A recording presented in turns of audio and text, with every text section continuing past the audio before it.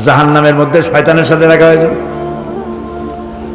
শয়তানকে যখন সবাই অভিযুক্ত করবে তোর কারণেই তো জাহান্নামে এলাম, শয়তান তখন বলবে وَقَالَ الشَّيْطَانُ لَمَّا قُضِيَ الْأَمْرُ إِنَّ اللَّهَ وَعَدَكُمْ وَعْدَ الْحَقِّ وَوَعَدتُّكُمْ فَخَلَفْتُكُمْ।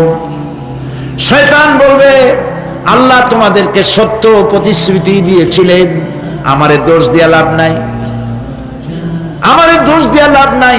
আল্লাহ পাক সত্য ওয়াদা করেছিলেন, তিনি ওয়াদা করেছিলেন তার কথা যদি শোনো, নামাজ যদি আদায় করো, জেনা যদি না করো, মদ জিয়া যদি না খেলো, সুদ ঘুষ যদি না খাও, আল্লাহ জান্নাত দান করবে। এটা ছিল তার ওয়াদা। আল্লাহ তার ওয়াদা পালন করে যারা তার হুকুম মেনে চলেছে তাদেরকে জান্নাত দান করেছেন। আর আমার ওয়াদা ছিল ভিন্ন।